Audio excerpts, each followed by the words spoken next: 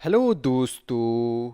तो इस वीडियो में हम रिव्यू करेंगे how to avoid loss and earn consistently in stock market by Prasenjit Paul. हम जानने की कोशिश करेंगे कुछ इम्पोर्टेंट पॉइंट्स को जो इस बुक में लिखी हुई है। और एक मैं आपको इम्पॉर्टेंट बात बताना चाहता हूँ। अगर आप इंडियन मार्केट में ऑलरेडी ट्रेड कर रहे हैं लेकिन डाउ फ्यूचर्स और S&P 500 और यूरोपियन मार्केट में ट्रेड करना चाहते हैं ना, तो आप यूज कर सकते हैं ट्रेड विल का एप्लीकेशन। यहाँ पर आपको पहले डेमो अकाउंट ओपन करने का भी ऑप्शन मिलता है ताकि आप प्रैक्टिस करके एक अच्छा खासा ट्रेडर बने। अगर आप इस एप्लीकेशन को डाउनलोड करना चाहते हैं तो इसका लिंक दिया है मैंने डिस्क्रिप्शन में। तो शुरू करते हैं। अगर आप अपने किसी भी दोस्त को स्टॉक मार्केट इन्वेस्टिंग के बारे में पूछेंगे ना, तो ज़्यादातर लोग क्या करते हैं, आपको डिस्करेज करेंगे स्टॉक मार्केट में इन्वेस्ट करने से। ज़्यादातर लोगों को लगता है स्टॉक मार्केट एक गैम्बलिंग है। जिसने भी स्टॉक मार्केट में पैसा बनाया है वो लकीली बनाया है। ज़्यादातर लोग मानते हैं उसके पीछे कोई लॉजिक नहीं होता है। अगर आप दूसरी तरफ देखें, दुनिया के सबसे अमीर शख्स स्टॉक मार्केट में इन्वेस्ट करके या फिर अपने खुद के स्टॉक बेच के अमीर हुए हैं। For example, Elon Musk, Warren Buffett, Mukesh Ambani, Gautam Adani, Rakesh Jhunjhunwala, ऐसे हज़ारों एग्जाम्पल मिलेंगे आपको जो अपने खुद के कंपनी के शेयर्स को बेच के या फिर बाय करके अमीर बने हैं। अगर स्टॉक मार्केट गैम्बलिंग होता तो इतने सारे लोग बिलियंस में पैसा कैसे कमा सकते हैं। आप गैम्बलिंग से हज़ार कमा सकते हैं या फिर लाखों में कमा सकते हैं, लेकिन पॉसिबल नहीं है आप बिलियंस में कमाएं। क्या आप ऐसा कह सकते हैं दुनिया में जितने भी बिलियनर्स हैं वो लकी हैं? नहीं। लकी आपको एक बार या फिर दो बार जिता सकता है, लेकिन लगातार नहीं। लेकिन दूसरी तरफ स्टॉक मार्केट में इन्वेस्ट करके बहुत सारे लोग कंसिस्टेंटली सालों से रिटर्न कमा रहे हैं। क्या आप जानते हैं लगभग 80% रिटेल इन्वेस्टर्स अपने इन्वेस्टमेंट को स्टॉक मार्केट में लूज करते हैं। तो आपको इस किताब में सीखने को मिलेगा क्यों ज़्यादातर रिटेल इन्वेस्टर अपने इन्वेस्टमेंट को लूज करते हैं, आप इसे कैसे अवॉइड कर सकते हैं और कौन से स्टॉक मार्केट सीक्रेट है जिसकी मदद से आप अच्छा खासा फॉर्चून बना सकते हैं। अगर आप स्टॉक मार्केट में इन्वेस्ट करके राकेश झुनझुनवाला या फिर वॉरेन बफे जैसा इन्वेस्टर बनना चाहते हैं तो आप चूज कर सकते हैं एंजल वन को। यहाँ पे आपको ना ही अकाउंट ओपनिंग चार्ज लगेगा, ना AMC चार्ज, और brokerage less than 20 rupees. Angel one 25 साल से इंडियन मार्केट में अपना ट्रस्ट बनाए रखे हैं। अगर आप एंजल वन पे साइन अप करना चाहते हैं तो इसका लिंक दिया है मैंने डिस्क्रिप्शन में। Picking winning stocks. ज़्यादातर लोग स्टॉक सिलेक्ट करते वक्त जो पहला पैरामीटर देखते हैं वो है कंपनी का प्रॉफिट ग्रोथ, जो बिल्कुल गलत है। फॉर एग्जाम्पल, अगर आप रेस्टोरेंट ओन करते हैं तो आपको पता होगा हर दिन आपके रेस्टोरेंट में कस्टमर आते हैं, इससे आपके सेल्स बढ़ते हैं। लेकिन इससे फ़र्क नहीं पड़ता कि आप एक दिन में कितना सेल्स कर पाते हैं। फ़र्क इससे पड़ता है दिन के आखिर में पूरे खर्चे निकाल के कितना कैश बचता है। इसलिए इन्वेस्टर को ज़्यादा फोकस नहीं करना है कंपनी के प्रॉफिट और सेल्स नंबर के ऊपर। तो यहाँ पे एक सवाल उठता है, अगर आपको फोकस नहीं करना है प्रॉफिट और सेल्स नंबर के ऊपर तो फोकस आपको कहाँ करना है? इसका जवाब है ROE, यानी रिटर्न ऑन इक्विटी। ROE यानी किसी भी कंपनी के निवेश पर कितना रिटर्न मिलता है, यहाँ आप जान सकते हैं। फॉर एग्जाम्पल, आपके एरिया में दो रेस्टोरेंट है। अगर आप रेस्टोरेंट ए में 1000 रुपीज़ इन्वेस्ट करके 300 रुपये का प्रॉफिट करते हैं और रेस्टोरेंट बी में आप 1000 इन्वेस्ट करके 220 का प्रॉफिट करते हैं, तो रेस्टोरेंट ए का ROE है 30% और रेस्टोरेंट बी का ROE है 22%। तो अगला सवाल यहाँ पे आता है, अगर आपको किसी भी कंपनी में इन्वेस्ट करना है तो ROE कितना होना चाहिए? तो जवाब है, जो भी कंपनी का ROE 20% से ऊपर है और ROE क्वार्टर ऑन क्वार्टर बढ़ रहा है तो आप उस कंपनी को चूज कर सकते हो। तो अगला सवाल यहाँ पे आता है, ऐसी क्या वजह होती है जो बहुत सारी कंपनियां अच्छा खासा आरओई रिपोर्ट कर पाती है? तो जवाब है इकोनॉमिक मोट और कॉम्पिटिटिव एडवांटेज।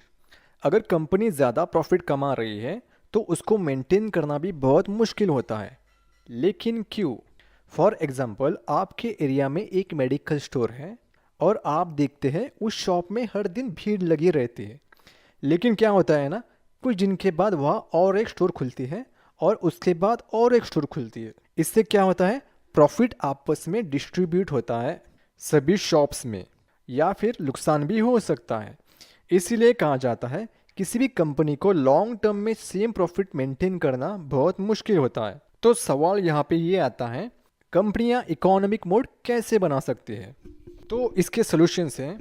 नंबर 1, कंपनी अपने प्रोडक्ट और सर्विस को बेटर बना सकती है उनके कॉम्पिटिटर्स से। नंबर 2, कंपनी अपने प्रोडक्ट को डिफ्रेंशिएट कर सकती है अपने कॉम्पिटिटर्स से। नंबर 3, कंपनी अपना स्ट्रॉन्ग ब्रांड नेम बना सकती है। नंबर 4, कंपनी अपने प्रोडक्ट को या फिर सर्विस को चेंज करने के लिए हाई कॉस्ट चार्ज कर सकती है। तो ये तो हो गए इकोनॉमिक मोड के सॉल्यूशन। आखिर में आप इकोनॉमिक मोड कैसे आइडेंटिफाई कर सकते हैं? अगर कंपनी पिछले 5 से 10 साल तक आरओई के साथ ही साथ ऑपरेटिंग मार्जिन और कैश फ्लो को इम्प्रूव करने में सक्सेसफुल है, तो ये आपके लिए सिग्नल है कंपनी के इकोनॉमिक मोड अच्छे खासे हैं। डेप्थ लोन एक एसेंशियल पार्ट है किसी भी बिजनेस के लिए, चाहे वो कंपनी के लिए लैंड बाय करनी हो, मशीनरी खरीदनी हो या फिर बिजनेस एक्सपेंशन। लेकिन ऐसा ना हो कंपनी हद से ज़्यादा लोन ले ले और एक दिन बैंकरप्ट हो जाए। किसी भी कंपनी का लोन रीपेमेंट की कैपेसिटी को परखना बहुत ही कॉम्प्लेक्स, बहुत ही टाइम कंज्यूमिंग टास्क होता है। इसीलिए मैं आपको एक एग्जाम्पल के साथ समझाना चाहूँगा। एक गांव में 2 दोस्त होते हैं, एक का नाम रमेश और दूसरे का नाम सुरेश। रमेश और सुरेश एक सॉफ्टवेयर कंपनी में काम कर रहे थे। रमेश की सैलरी थी 90,000 और सुरेश की सैलरी थी 50,000। अब देखते हैं इन दोनों का खर्चा कितना होता था। तो रमेश की बात करें तो देखिए, रमेश की होम ईएमआई है वो लगभग 35,000, कार लोन ईएमआई है 10,000 rupees, child's education 10,000 rupees, household expenses 30,000 rupees है और अदर एक्सपेंसेस 10,000 रुपीज़ है। अगर आप इसे टोटल करते हैं तो लगभग बनते हैं 95,000 रुपीज़। वही अगर सुरेश की बात करें तो देखिए, इसकी होम लोन जो है ईएमआई 10,000 है, कार लोन ईएमआई है 5,000 है, चाइल्ड्स एजुकेशन है 5,000 रुपीज़, हाउस होल्ड एक्सपेंसेस है 15,000 रुपीज़ और अदर एक्सपेंसेस 10,000 रुपीज़। यानी अगर इसे आप टोटल करेंगे तो ये बनते हैं 45,000 रुपीज़। इन दोनों के एक्सपेंसेस को गौर करें तो आपको सरप्राइज होगा, रमेश जिसकी सैलरी 90,000 है लेकिन उसका एक्सपेंस है 95,000 रुपीज़। वही दूसरी तरफ सुरेश कम सैलरी होने के बावजूद 5,000 की सेविंग कर पा रहा है। तो आपको एक सवाल आया होगा, आखिर सुरेश 90,000 की सैलरी होने के बावजूद 95,000 कैसे खर्चा कर रहा है? अगर आपके पास क्रेडिट कार्ड नामक टूल है तो आप भी इस कारनामे को अंजाम दे सकते हो। अगर आप 5,000 रुपीज़ हर महीने इन्वेस्ट करते हैं तो वो साल का बनता है लगभग 60,000। अगर आप 8% का भी कंपाउंड एनुअल रिटर्न पकड़ते हैं तो ये अमाउंट बन जाता है 20 लाख 20 साल के अंदर। वही अगर रमेश की बात करें तो वह 5,000 की डेफिसिट में है, साथ ही साथ रमेश पे करता है लगभग 20% तक का इंटरेस्ट। अगर साल की बात करें तो लगभग 25,000 है, यानी अगले 15 साल में रमेश को लगभग 3 से 4 लाख का नुकसान होने वाला है। अगर वही बिजनेस की बात करें, अगर आप 1 लाख का लोन लेके 10% का प्रॉफिट जनरेट करते हैं लेकिन इंटरेस्ट में 12% पे करते हैं, तो ऐसी कंडीशन में अगर कंपनी हाई सेल भी कर रही है तो हर सेल पे 2% का नुकसान हो रहा है। इसीलिए डेप्थ कंपनी के लिए एक डिजास्टर साबित हो सकता है। अगर आपको किसी भी कंपनी का डेप्थ पोजीशन के बारे में जानना है तो आप इन 5 पॉइंट को कंसिडर कर सकते हैं। नंबर 1, डेप्थ to equity ratio. Number 2, interest coverage ratio. Number 3, current ratio. Number 4 quick ratio. Number 5 डेब्ट टू ओनर्स फंड। किसी भी कंपनी का डेब्ट स्टेटस को जानने के लिए आपको डेब्ट टू इक्विटी रेशियो ही काफ़ी है। मार्केट में देखा गया है जिस कंपनी का डेब्ट टू इक्विटी रेशियो 1% से ज़्यादा है उनके कंपनी के शेयर अच्छे खासे पिटे हैं। इसीलिए अगर आप किसी भी कंपनी का ROE 12% से कम है और क्वार्टर ऑन क्वार्टर कम हो रहा है, साथ ही साथ डेब्ट to equity ratio quarter on quarter बढ़ रहा है, ऐसे कंपनी को इन्वेस्टमेंट लिस्ट से रिजेक्ट कर देना चाहिए। डेब्ट टू इक्विटी रेशियो के साथ आप चाहे तो interest coverage ratio, current ratio, quick ratio के बारे में भी जान सकते हैं। How to evaluate management. एक अच्छा मैनेजमेंट छोटी सी कंपनी को लॉस मेकिंग कंपनी से प्रॉफिटेबल कंपनी बना सकती है। ऐसे ही खराब मैनेजमेंट एक अच्छी खासी कंपनी को तबाह कर सकती है। मैं आपको 3 मेथड बताऊंगा जिसकी मदद से आप कंपनी के मैनेजमेंट को परख सकते हैं। Number 1 share holding pattern. Number 2 dividend history and tax rate. Number 3 return on equity. Share holding pattern. Company को हर क्वार्टर में शेयर होल्डिंग पैटर्न को सबमिट करना मैंडेटरी होता है। आप इसे आसानी से चेक कर सकते हैं www.bsc.com पर। शेयर होल्डिंग पैटर्न को 2 कैटेगरी में डिवाइड किया जा सकता है। Number 1 promoters and promoters group. इस ग्रुप में आते हैं कंपनी के फाउंडर और उनके रिलेटिव्स जिनके पास कंपनी के शेयर्स होते हैं। Number 2 public group. इस ग्रुप में foreign investors, domestic investors, banks, money managers, mutual funds, insurance companies और इंडिविजुअल आते हैं। यहाँ पे आपको कुछ बातों का ख्याल रखना है। अगर प्रोमोटर्स कंपनी में अपना शेयर बढ़ा रहे हैं तो इसका एक पॉजिटिव साइन होता है। प्रोमोटर्स को पूरा विश्वास होता है अपने बिजनेस के ऊपर और इसका असर शेयर के प्राइस पे ज़रूर पड़ता है। फॉर एग्जांपल रिलायंस के शेयर 2012 में पिछले 5 साल के लो पे ट्रेड हो रहे थे। जब मुकेश अंबानी जी ने 2012 में शेयर बायबैक अनाउंसमेंट किया तो सिर्फ 2 ही साल के अंदर लगभग 70% तक बढ़ चुके थे रिलायंस के शेयर। लेकिन आपको एक बात का ध्यान रखना है, अगर प्रमोटर्स अपने शेयर को क्वार्टर ऑन क्वार्टर घटा रहे हैं तो ये आपके लिए वार्निंग साइन हो सकता है। ऐसे शेयर में आपको कभी इन्वेस्टमेंट नहीं करना है। फॉर एग्जाम्पल सत्यम स्कैंडल के बारे में जानते होंगे। सत्यम में प्रमोटर्स का शेयर सिर्फ 10.7% था, लेकिन 2008 के अंत तक ये घट के रह गया लगभग 2.7% और पब्लिक शेयर था 97.3। इसका असर क्या हुआ? 2008 के अंत तक सत्यम के शेयर लगभग 77% तक क्रैश हो चुके थे। प्रमोटर्स को पता था कंपनी में कुछ तो मिसमैनेजमेंट चल रहा है, इसीलिए आपको भी सावधान रहना है। अगर प्रमोटर्स अपने शेयर्स को क्वार्टर ऑन क्वार्टर घटा रहे हैं तो आपको उस शेयर्स में इन्वेस्ट करने से बचना चाहिए। Number 2 public group. जब किसी भी कंपनी में foreign investors, fund managers, mutual funds, insurance companies, investment banks के द्वारा इन्वेस्ट किया जाता है तो शेयर के प्राइस में अच्छा खासा राइज देखा जा सकता है। जनरली इंस्टीट्यूशनल इन्वेस्टर को 2 कैटेगरी में डिवाइड किया जा सकता है। Number 1 domestic investors, number 2 foreign investors. Generally institutional investors को एक्सपीरियंस और नॉलेजेबल कहा जाता है।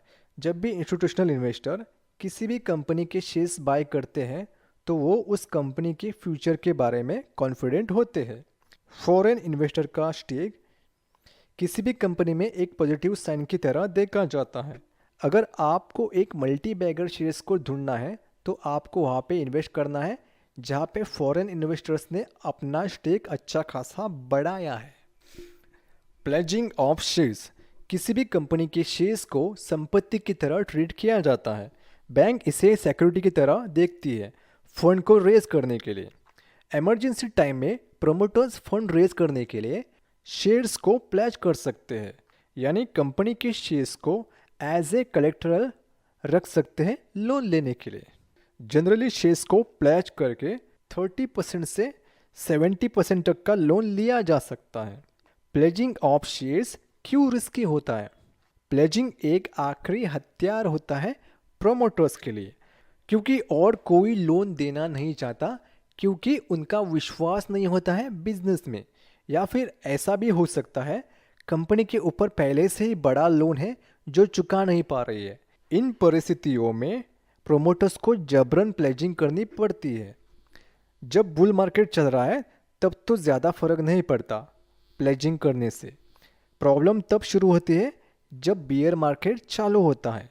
फॉर एग्जांपल, अगर कंपनी ने 100 करोड़ के शेयर्स एज ए कलेक्टरल रखे हैं, यहाँ से शेयर्स के प्राइस अगर 50% गिर जाए तो पहले 100 करोड़ रुपीस का वैल्यू अब हो चुका है 50 करोड़ रुपए।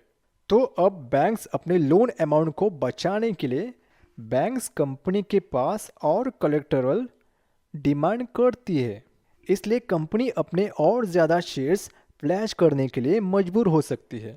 अगर कंपनी ऐसा करने में फेल होती है तो बैंक के पास राइट होता है कंपनी के शेयर्स को ओपन मार्केट में बेचकर अमाउंट को रिकवर करने का। इसीलिए प्लेजिंग एक हाई रिस्क मामला होता है किसी भी कंपनी के प्रमोटर के लिए। अगर कुछ प्रॉब्लम हुई तो प्रमोटर अपने कंपनी के पूरे स्टेक्स को गंवा सकते हैं, इसलिए आपको हाई प्लेजिंग वाले शेयर्स को अवॉइड करना चाहिए। वैसे तो इस बुक में 11 चैप्टर है, लेकिन मैंने आपको समरी सिर्फ 3 इम्पोर्टेंट चैप्टर से बताई है।